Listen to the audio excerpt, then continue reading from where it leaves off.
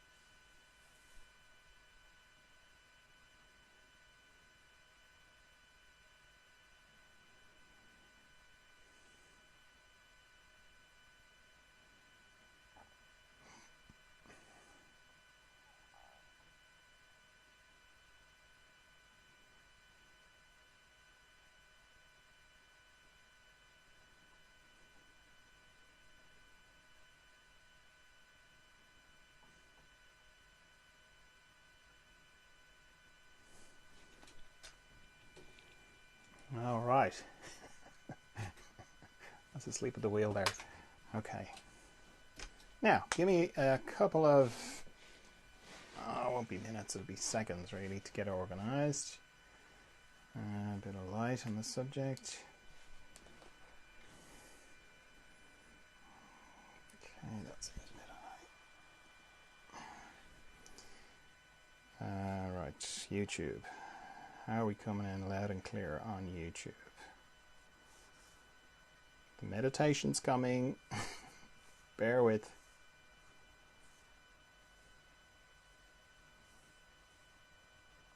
Yep, okay. All looking good on YouTube and everywhere else. Just make sure Facebook's coming in. If you're watching on Facebook, I'm going to turn you off now for a minute and then I'll turn you back on again. That is just to do with the way it all records. But the meditation's coming very shortly, and today is the day I do the explanations. So let me just turn off Facebook.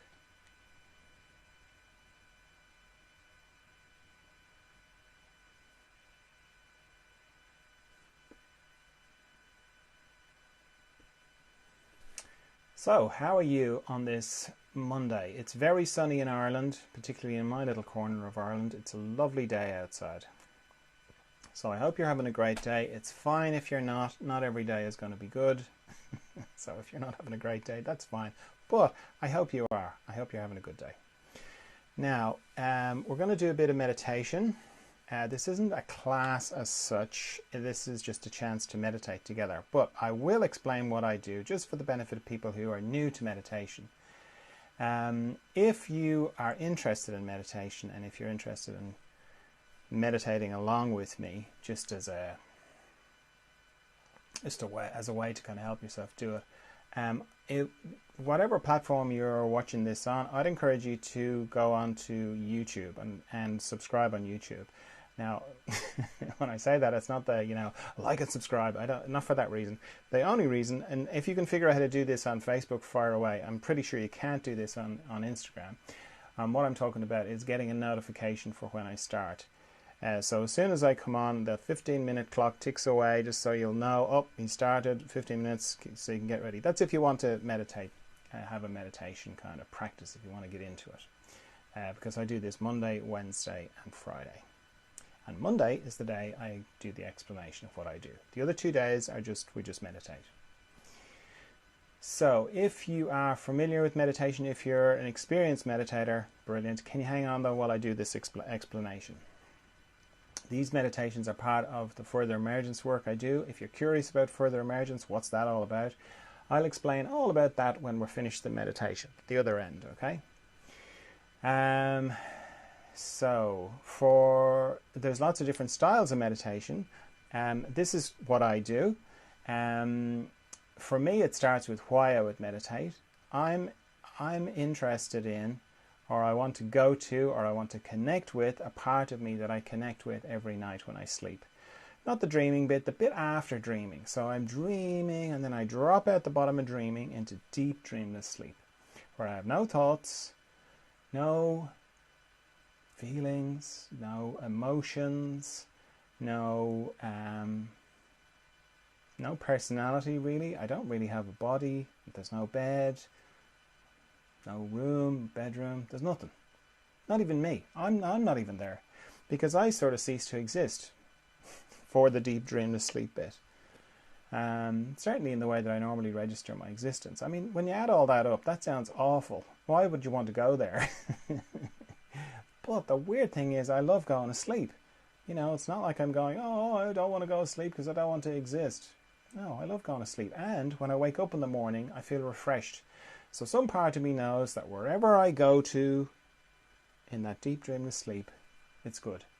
And that's where I want to go to when I meditate. I just want to do it consciously. So straight away, first tip for new people meditating, don't try this lying down. Because if you meditate when you're lying down, when you're starting out, not for always, but just when you're starting out, if you lie down, chances are you'll fall asleep. And if you don't fall asleep, you'll battle sleep, because your poor little body is going, I'm lying down, I've got my eyes closed, isn't this time for sleep? So yeah, sit up. You don't have to sit in a lotus position or anything special like that, unless you're really comfortable sitting in a lotus position, in which case fire ahead. I'm just sitting in a chair. If you're going to sit in a chair, don't sit in a big comfy armchair. And you can also sit a little bit away from the front of the chair, so your back is not, slumping back into the back of the chair. And this is all to do with sleep, because it's quite easy to be a little bit sleep deprived without even realizing it, and meditation can highlight that for you, and you can start dropping off. So sitting in a slightly uncomfortable chair. So as I said, there was no thoughts in this place. Remember when I was describing deep dreamless sleep? No thoughts, no feelings, no emotions. So it's like my mind can't seem to get to this place. So I have to work out something with my mind. Now what I do is I make an arrangement with my mind. I just very simply say, not out loud, but say, can you just not meditate? Or can you just not think? That's my mind coming in there. Can you just not meditate? I don't want to meditate. Can you just not think for the next 15 minutes, please? Because we want to meditate. Now, at this stage, my mind is on board for the whole thing. It's like, yeah, I've been meditating for years. Fine. 15 minutes. Fine. It is important to have your mind on board, and that isn't usually an issue when you're starting out first couple of times, because it's a new thing and minds like new things. Having your mind on board only becomes a problem, or not a problem, but can become difficult if you are trying to meditate regularly. Then your mind can come up with all sorts of reasons why this is a great time to start cleaning all the cupboards in your house rather than meditate.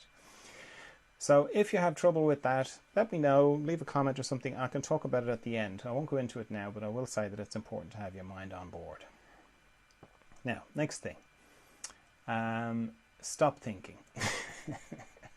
Now, stopping thinking is not that hard.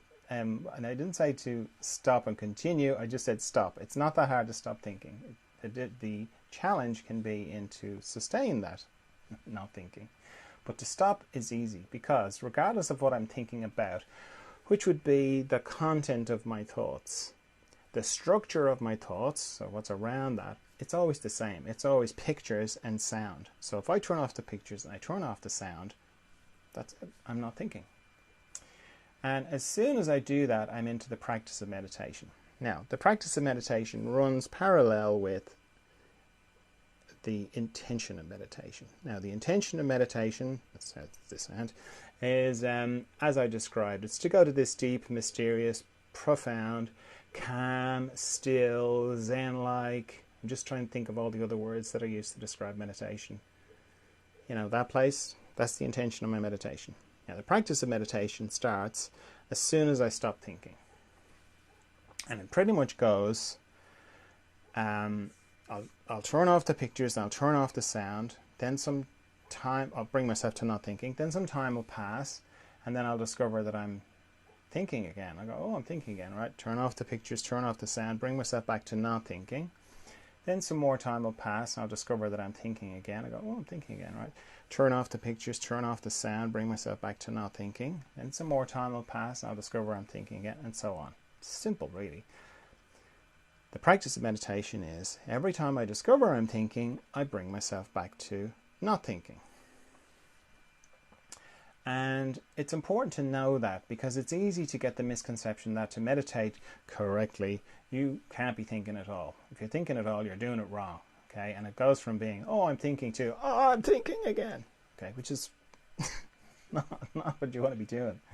Okay, both of these two things, the intention and the practice of meditation, they go together, and they sort of weave and do a little dance together. So sometimes you'll be very still and peaceful and, in that place.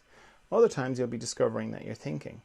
The thing to see, and it can be hard to see, is that one is as powerful as the other. It's very powerful when you're in that deep, still place. It's kind of obviously powerful. Your shoulders drop, you can feel changes in your nervous system. It's brilliant. When you're discovering that you're thinking, it's not so obvious that it's a powerful moment, right? But it is, because here's what happens. If you're like me, the sort of things that you think about are all to do with you. So I'll be thinking, what did I say that for? Oh, and why did that person say that to me? And what am I going to do about that thing? And those kind of thoughts. Now, if I'm in the middle of meditation and I'm in the middle of a thought, I think I've gone off in a thought, and I'm thinking one of those thoughts, and then I go, oh, I'm meditating, right? Turn off the pictures, turn off the sound, bring myself back to not thinking. Indirectly, what I'm saying to myself is, and what I'm demonstrating to myself is, that thought that you just had, the one that you thought was you and that you were it, well, you just made that disappear. You just oof, gone. So you're obviously not that thought. In fact, you're not any of your thoughts. You're something else. That's very powerful. And then the fact that you do that repeatedly is very powerful as well. So don't let your mind get involved in thinking about how many times you're thinking. Okay? That's just another thought to be turned off. Okay? So, and also there's no right amount of times that you should be bringing yourself back from thinking, because it changes day to day, hour to hour in the day. You could meditate in the morning and you might have to bring yourself back from thinking, a few times, 1 or 2, 3, 4, 10 times, And then you could meditate in the afternoon and you might have to bring yourself back lots, 100 times, 200 times. One is not any better than the other. One meditation is not a better meditation than the other one, okay? It doesn't work like that. All you have to do is every time you discover you're thinking, bring yourself back to not thinking. If you do that, you're doing it right, okay? So, the other thing is, as all that not thinking stuff is going on, I'm also becoming a bit more conscious of my body. I'm coming into my body a bit more. And I'm scanning my body from my head down to my feet, very slowly, very gently. Anywhere I find tension, I'm letting it go. And I use my out breath to let it go. And I do that for 2 reasons. It's natural to just breathe it away. Also, it's a good way to bring a bit more consciousness or a bit more awareness to my breathing, because it's very easy to hold your breath during meditation. Or stop breathing altogether. I know that sounds nutty, but it's true. So using the out breath to let it go is helpful to avoid doing that. Then the other thing I'm doing, as I'm scanning my body for tension, I'm looking a little bit more closely at any structures in my body that go across, any transverse sites or structures in my body, because they operate like a log going across the stream. It picks up the leaves and the twigs and anything that comes down the stream picks it up. Except in my body, it's not logs and twigs, it's tension. So I'm spending a little bit more time on my eyes. They're transverse site, and they can hold a lot of tension.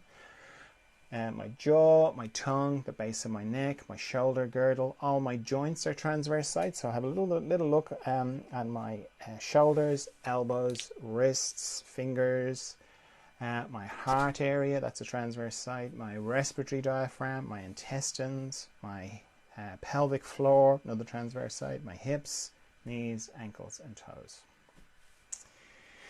Having a nice quiet room is really helpful when you're starting out in meditation, because one of the things that triggers thoughts is sound, and as soon as you close your eyes, your hearing amplifies. So the quieter the room, the less disturbance you have in the room, the easier it is just to start off with. Then the other thing I do is I set a timer for how long I'm going to meditate for. Again, that's just to help my mind have one less thing to think about. So I'm going to set my timer for 15 minutes, but I'd encourage you to set yours for shorter. Set it for like 5 minutes and then repeat that 3 times, because 15 minutes is a long time if you're not used to it. And if you, even with the timer, around 7 minutes your mind is going to start kicking in. So yeah, just at the beginning, I'd say 5 minutes, 3 lots of 5 minutes, and then you can sort of expand that as you get into it. All right, so off we go then into the mystery.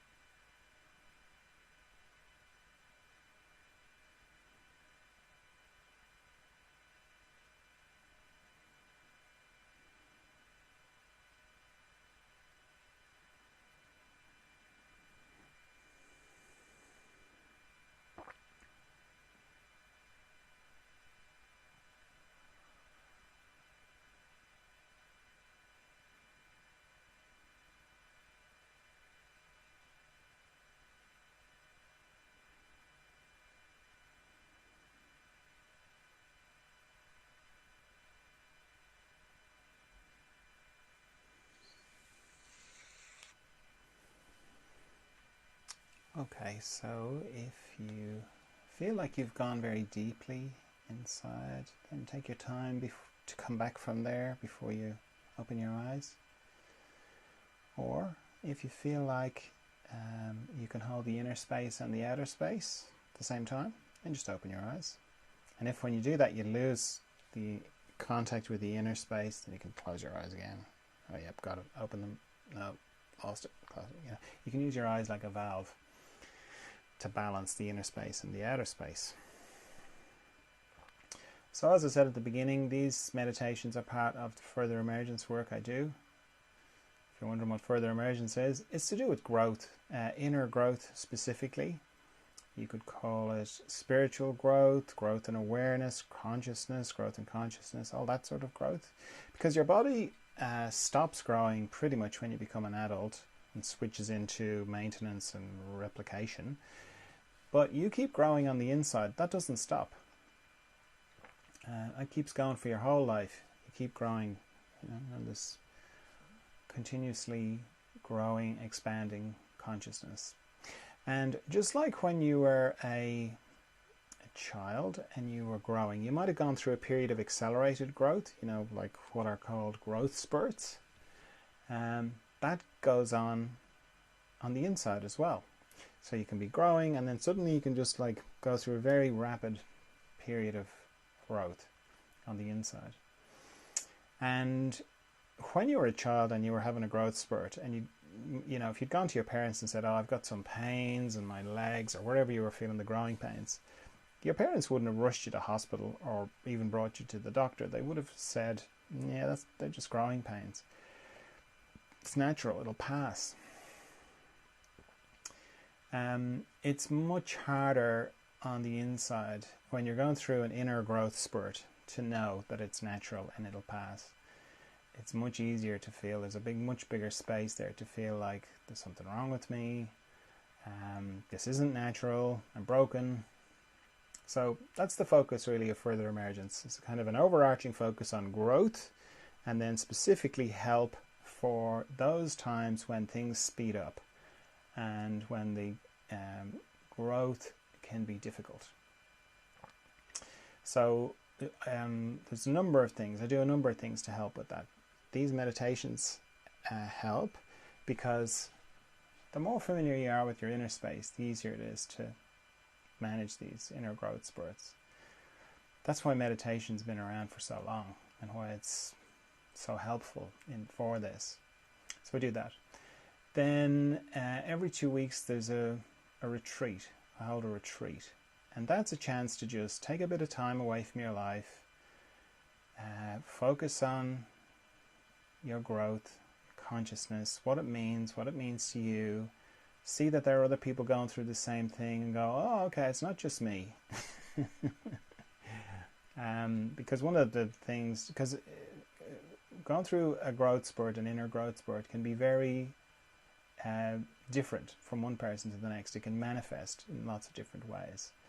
And one of the ways is it can feel very isolating because you can kind of go from almost overnight. It can feel like no one understands you, nobody gets you. When you're trying to talk about it, nobody understands what you're talking about. So you can feel quite lonely. So the retreat is a nice way to kind of go, oh, okay, there are other people here who are going through a similar thing.